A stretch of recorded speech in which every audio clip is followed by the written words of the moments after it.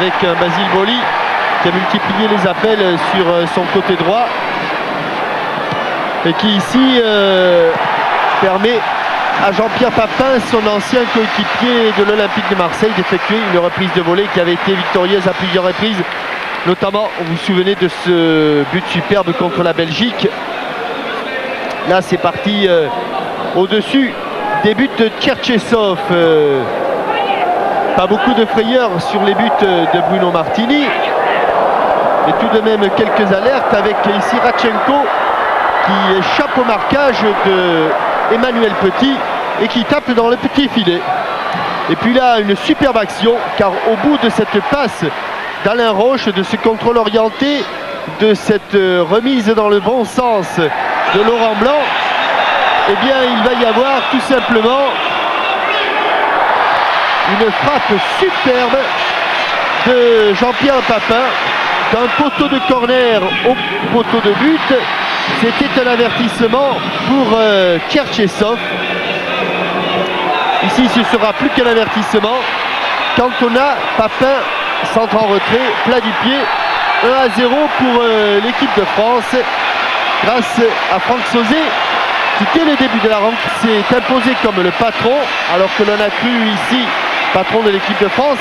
Un moment au hors-jeu, il n'en était rien. Il a levé la tête, Jean-Pierre Papin, et il dépose ce ballon sur les pieds de Franck Sauzet qui n'a pas raté une telle occasion. Franck Sauzet, encore une fois, longue ouverture. Corentin Martins frappe en drop.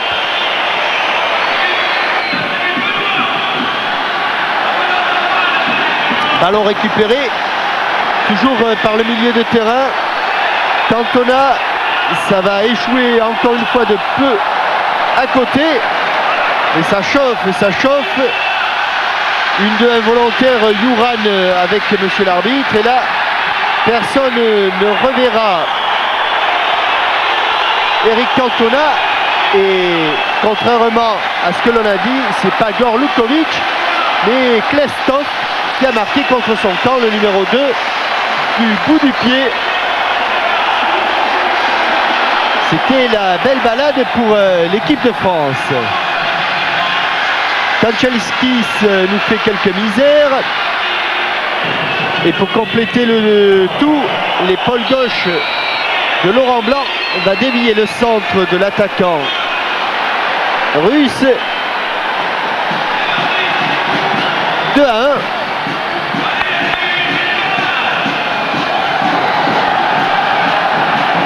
L'équipe de France va largement dominer. Ballon encore une fois bien difficile à maîtriser pour Tcherchessov. Là une faute de marquage, grosse faute de marquage de la défense française, embarquée dans le marquage de Pietlitsky. Et ici sur Franck Sauzet, Onopko, que l'on a vu beaucoup et que l'on a vu surtout commettre beaucoup de fautes, va en commettre une presque irréparable. Penalty tiré et marqué en 2 temps par Jean-Pierre Papin. 3-1, ce sera donc le score à la mi-temps, au moment où les deux équipes, entre la France qui est déjà sur le terrain et la Russie, reviennent sur la pelouse. Voilà, avec Bernard Lama qui m'a l'air d'être